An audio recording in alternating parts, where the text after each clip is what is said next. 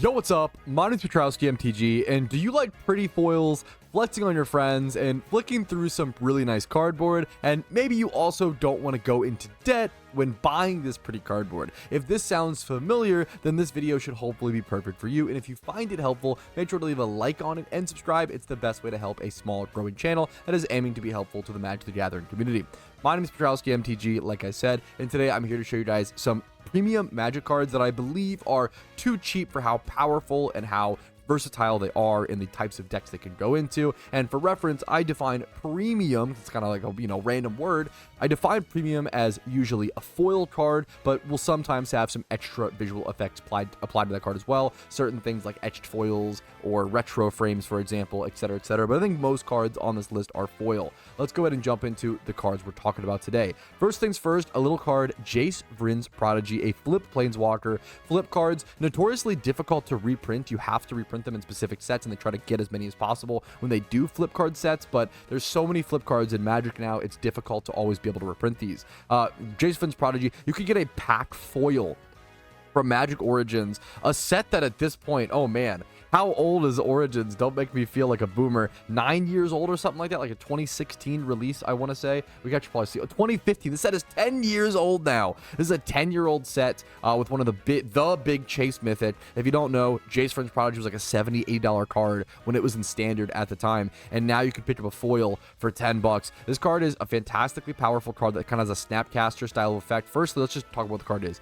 It's a 2 mana, 1 in a blue, 0/2 creature. Not that impressive, right? You draw a card and then discard a card. If there are 5 or more cards in your graveyard, which is very easy to achieve in Magic the Gathering, especially if you're playing the right style of deck around this, you flip Jace, Vryn's Prodigy. Now, where he really shines is he's a looter in the early game that fuels himself and allows you to flip himself on turn 2. If you start playing him on turn 2 and start activating him, getting some value, start looting, right? But then you flip him, and usually you're -3ing him. You're -3ing him to cast target instant or sorcery from your graveyard this turn. If you would cast it, exile it instead. This lets you get back your Swords to Plowshares, even your Ponders, your Brainstorms, whatever powerful cards you're trying to, if you're Dark Ritualing or you're ramping off with mana, this allows you to double up on those kind of effects. This can just end games. I mean, this style of thing is so powerful. You have to have the mana to be able to cast it, of course, and that's if you want to do that. If you +1 him, you'll be able to -3 2 times, which is really powerful afterwards. It's unlikely you ever get to the emblem, but with such an early game planeswalker, it's very possible. You plop this guy down on turn 1 or turn 2, start looting, flip him turn 3 or turn 4, and maybe you start plussing him. And if you can get to the -9, which is you get an emblem whenever you cast a spell, target opponent puts the top 5 cards of his or her library in his or her graveyard. It's pretty rare, in my opinion, that that's a win con, but if you can go for it, it can pop up. So $9, 10 bucks for a classic cheap foil that I think is an awesome card, a powerful card that has popped up in Legacy, popped up in Vintage, popped up in Commander, could be your Commander, which I always loved. I don't know if it's relevant in CEDH, but back in the day, 10 years ago when this card was printed, I always wanted to build Jace, Vryn's Prodigy, Mono Blue Storm. Always piqued my interest. So that's Jace, Vryn's Prodigy. Let's move on to the next one, Lion Sash. I think a lot of people know about this card by now, but if you don't, it's a really powerful, versatile equipment. This is played in Legacy as well as just a fantastic slot in Legacy, in Commander. If you're playing any sort of equipment deck, hopefully you have this in there. It's let's just read it. It's a 1 in a white for an artifact creature, which is important, equipment cat.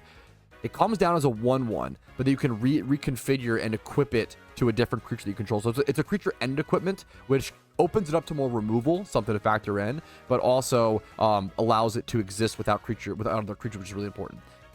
The important thing here is you can pay a white and exile target card from a graveyard. If it was a permanent card, put a +1/+1 counter on Lion Sash. Equipped creature gets +1/+1, so if it's a creature or whether it's equipped, right, it gets a +1/+1 counter essentially. This is just fantastic, versatile graveyard hate, and graveyards I feel like just keep getting stronger and stronger in pretty much every single format, in every Eternal format in Magic the Gathering. Graveyards have been getting better and better and better, and this card is good on its own, and that it's a flexible card that's good on its own if it just exists, but it's also fantastic when you start hating out your opponents and start exiling. If they go to reanimate something, you exile the creature they want to reanimate in response to the target. It fizzles, or you fuck them up in some way. There's so many ways to make this card so powerful, so obnoxious. It's like a great flex slot is the best way to put it, but it should be like almost an I think it's fantastic. You could get this extended art foil for around $2, and then you could get this showcase foil from Neon Dynasty for around $5. Two different versions. Very powerful card. Next up, do I even need to talk about this card? It's Brainstorm. Everybody hopefully knows it. Brainstorm, very powerful with fetch lands. If you're shuffling your deck, very powerful. Probably one of the #1 newbie mistakes is too many commander players plopping Brainstorm in their deck when they don't have enough ways to shuffle. So make sure you have enough ways. Even if you're playing like Evolving Wilds and stuff, man, whatever gets the shuffle done, you got to be shuffling, though, with Brainstorm to get the full power and full effect. But you can pick up a foil copy of Brainstorm with the good art. I like this. This art's pretty good. Mercadian Masked is obviously the best Brainstorm art, but that's like a $300 card, so for foil. So I recommend a $1.25. It's a $1.25 for this foil Brainstorm, and then about $2. Ooh, did people buy these as I was recording this video? I swear this was cheaper a second ago. That's actually really, really funny. Wow, it was like a little bit cheap. That's okay. $1 to $2 essentially for Double Masters Brainstorm or the Eternal Masters one. Check them out. Next up, now Swords of Plowshare. There's so many. This card's been around forever. It's been printed so many times. There's so many versions of it. It comes down to what version you want of Swords of Plowshare. Today, I've chosen to show off this version because I think it's really pretty. It's doing really well over the past 3 months. As you can see, it's risen 21% in 3 months. That's a really, really insane return. 33% in 6 months. Let's see the 1 year. 61% over 1 year. That is a ridiculous. If you don't know, the average return on investment or ROI you expect in finance is 8%. This is insane. This is ludicrous. This is like a really good card. Swords to Plowshare. You're going to put this in every white deck you ever make in Magic the Gathering for the rest of your life. It is the best single target removal spell in Magic the Gathering, hands down. You play it in Legacy. You play it in Vintage if you're playing white or certain, things kind of maybe. You're playing it in Commander for sure. Build a white deck in Commander. What do? Your first slot in a Swords of Plowshare. You pay $15 for this beautifully arted card, like very specific, stylized Phoebe Wall. Really beautiful style. I love this little like mythical, whimsical Tinkerbell fairy sort of art. Very fucking beautiful. And it's $15. You pay $16 once. Maybe you make profit on it in the future if you ever want to sell it, and you put it in every white deck you ever made for the rest of the time.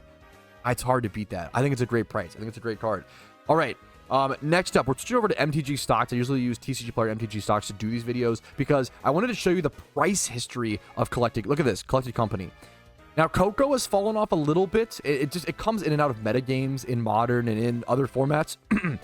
In Legacy, you don't really see it much ever. It's kind of just been power crept out of Legacy, or kind of never really was. But in Commander, I think it's a tough one in Commander because you have to really, really build your deck around it. But I want to show you how cheap this card has gotten and how many reprints it's gotten recently. Well, hasn't really been reprinted too much, honestly. It's really just fallen out of favor. And if you play Magic long enough, you understand when a card falls out of favor, it might fall back into favor. I don't think Coco is like just a bad Magic card anymore. I think it's still a good Magic card that will come back in the future. The reason why Coco kind of got power crept because it's a 4-mana instant, green instant, where you look at the top 6 cards of your library and you put 2 creature cards with CMC 3 or less onto the battlefield, right? So as you can ramp up faster and do more things, it's a real mid-range only strategy. It's very, very, very specific. However, I also think because it's been power crept a little bit, I also think with power creep, it will get power crept back into the formats, back into play. As we get more powerful 3-drops being printed, I think Coco could come back. It only takes 1 or 2 good 3-drops, really insane 3-drops to be printed for Coco to be an absolute powerhouse, to be brought back. So in certain Commander decks, very specific Commander decks built around it, Coco's fantastic. Let me show off the actual premium copies though, but I want to show you guys Coco is the cheapest it's been since, I think ever, since the release of Dragons of Tarkir, when it was a sleeper card that nobody expected to be good. Cocos are just down all around. So let's cover the premium versions. Firstly, we have the Secret Layer, this Secret Layer version, which is around $5, $3 to $5 right now on TCG Player. It's got this really, really cute art of like the Ajani with their cubs.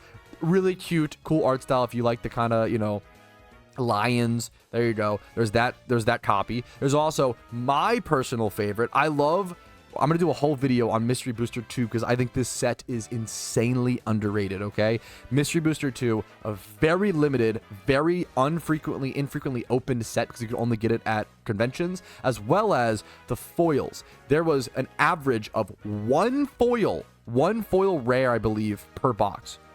maybe even one foil per box or so, one foil rare or so per box in Mystery Booster 2. Incredibly niche, incredibly rare to find Mystery Booster 2 foils, and I feel like nobody's shopping this set. And it's got a really unique visual to it, with the Future Sight, border, which everybody loved when it came out. Future Sight foil Coco for 13-14 bucks. Yeah, it's a bit more expensive, but this copy is so rare, and it's just, I think it'll, if you ever want to play Coco, it's nice to have one like this. I love this. I love the zoom in. The Future Sight borders always zoom in on the art, and it makes it way more prevalent in my opinion. So, similar Mystery Booster 2, the first non-foil card we've covered in the video, but I think it's still worth covering. I don't think it comes in a foil. Oh, there is a foil. The foils probably, if you want to splurge for the foil, so there are foil that are non-rares, excuse me, in Mystery Booster 2. I think it's only about one foil per box on average, but look at this. Maybe one full. I'm getting my thing. We'll move on. We'll get distracted from that. You let me know in the comments. I'll leave a comment correcting that information. But look at this, 87 bucks for a foil Soul Ring. I'm gonna skip out on the foil personally, but this zoomed in beautiful visual of the classic card Soul Ring, once again similar to Swords to Plowshares, you will put this in every single commander deck you ever made for the, not even white decks, you'll put this in every commander deck you ever made for the rest of time.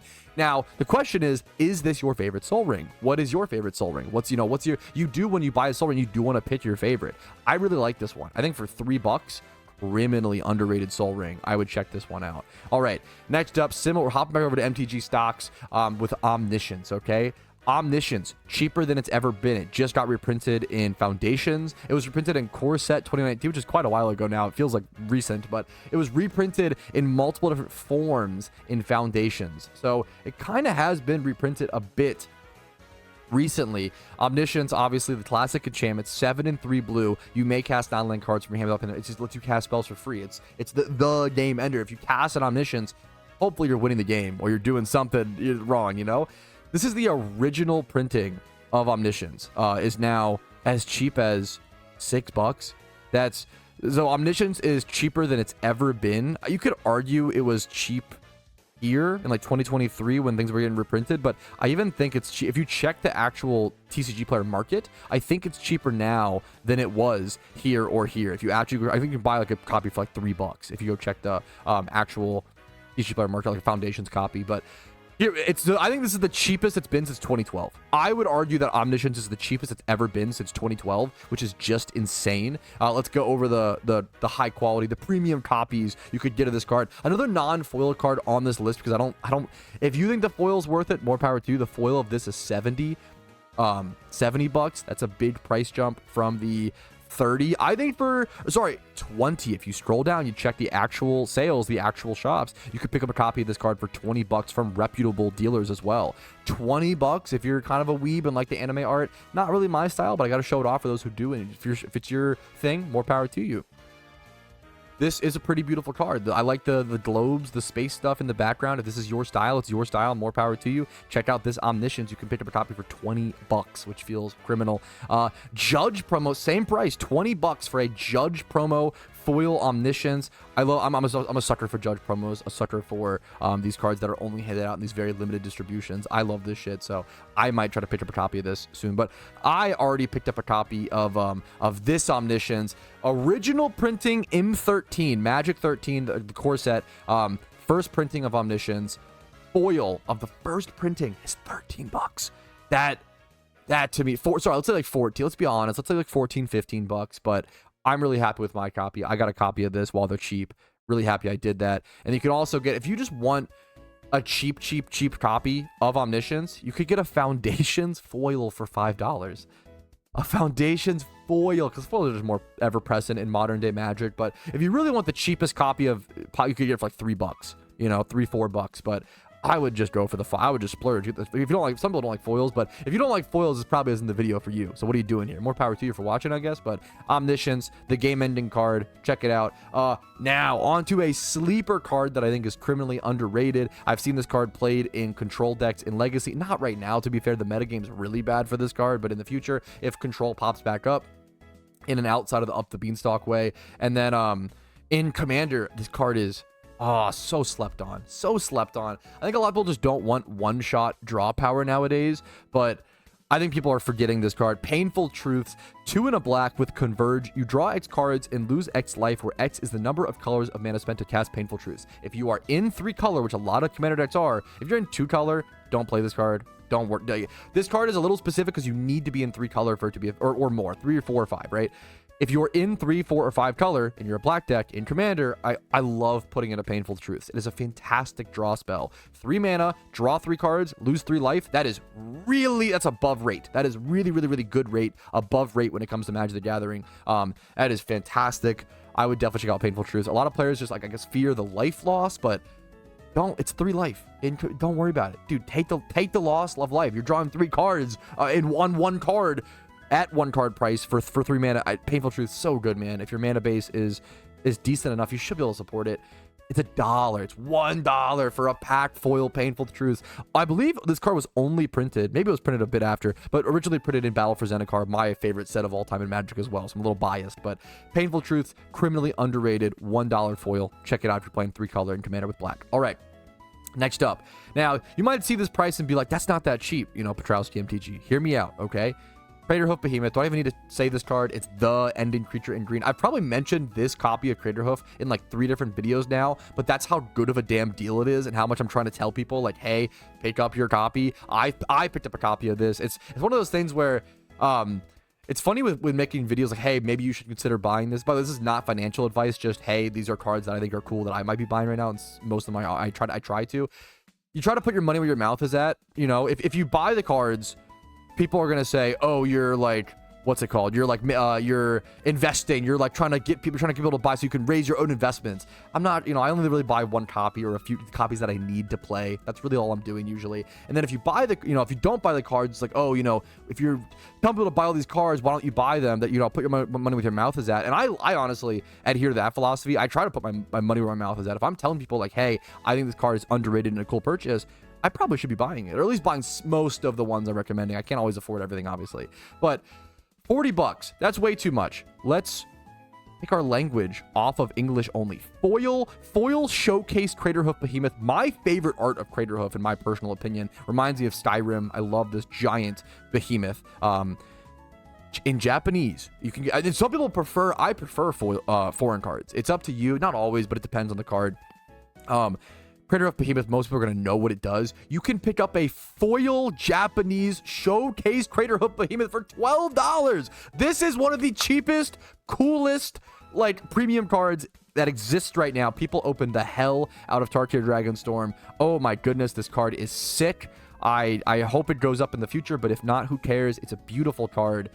It's gonna go in so many green decks you ever build. In, once again, playable in Legacy, playable in Commander.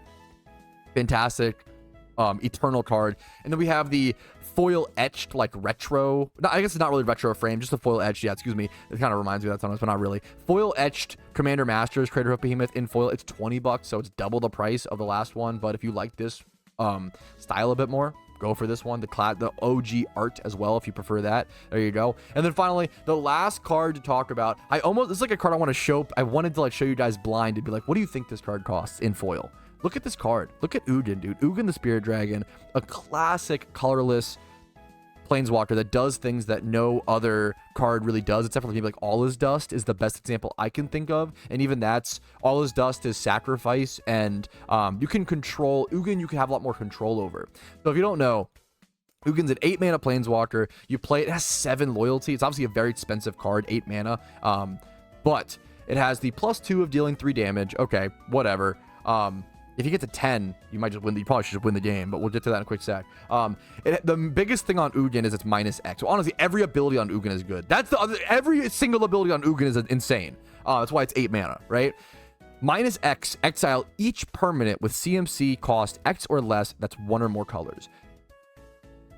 You're exiling everything but Mana Rock, so you can Mana Rock up into this yourself and abuse that fact. Playing this in a colorless deck is insane. It's a one-sided board wipe of everything almost. Usually, if you can come in, you can -7 Ugin and take out absolutely everything 99% of the time. A lot of times you're playing Ugin, you're -4ing, you're -5ing, you're -6ing, keeping Ugin alive while also wiping the board, if not, most of the board. And then You basically play Ugin, you wipe the board, you +2 to keep clearing any new threats being played or just doing damage or upping him. They have summoning sickness, they can't threaten your Ugin right away. Ugin restabilizes so many board states if you're in a long game deck or a control deck or whatever. And then, or, eventually you play him, wipe the board, +2 a few times, and now you're ultimating winning the game. His ultimate only takes 2 pluses to get to. 1 plus and a proliferate, if you want to put it that way, You gain 7 life, draw 7 cards, and then put up to 7 permanent cards onto the battlefield. The fact that you're drawing 7 and then putting 7 permanents, you're probably ending the game at that point. I mean, hopefully you're playing some bombs in a deck playing Ugin that's doing that. That's insane. $30 for this card in foil. $30 for this showcase beautiful full art card in foil. For the Zoomers out there, Ugin used to just be $30. The cheapest copy of Ugin used to be $30. The cheapest copy of Ugin used to be a $30 card. Now he is $30 for like an ultra premium showcase foil. If you don't, if you don't want the foil, you can get it for half that price. You can get it for 15 if you want to. If you just want a pretty Ugin, this is a pretty enough. You don't need this foil. If you don't like foils, if you want a pretty enough Ugin that isn't foil, $15, man. 50, maybe 18. We can get one for 15, heavily played. Also, Spellfinder, shout out, amazing seller. They have like so much supply. They have 3 different Ugins here. Yeah, check out Ugin, the Spirit Dragon Showcase. I think that's the last card I wanted to cover today. If you found any of these cards helpful, interesting, exciting, you found a new card you wanted to pick up, make sure to subscribe. It is the best way to support this channel. I'm really trying to get to 1,000 subscribers before the end of 2025. So if you want to help me reach that goal, I appreciate it. If not, if this video was not helpful enough, if you didn't find a single new card that you wanted to buy, dislike. Don't subscribe. Let me know in the comments. Let me know how I can do better, how I can improve. And thank you guys so much for watching. If you want to see me be faster, more in depth, whatever it is, let me hear your feedback. I appreciate the feedback. I'm trying to learn a lot as a Magic the Gathering creator coming up. So thanks for watching. Have a great day, and I'll see you guys later. Buy some Magic cards. Spend responsibly on your cardboard, but have a good one. Peace, Reno.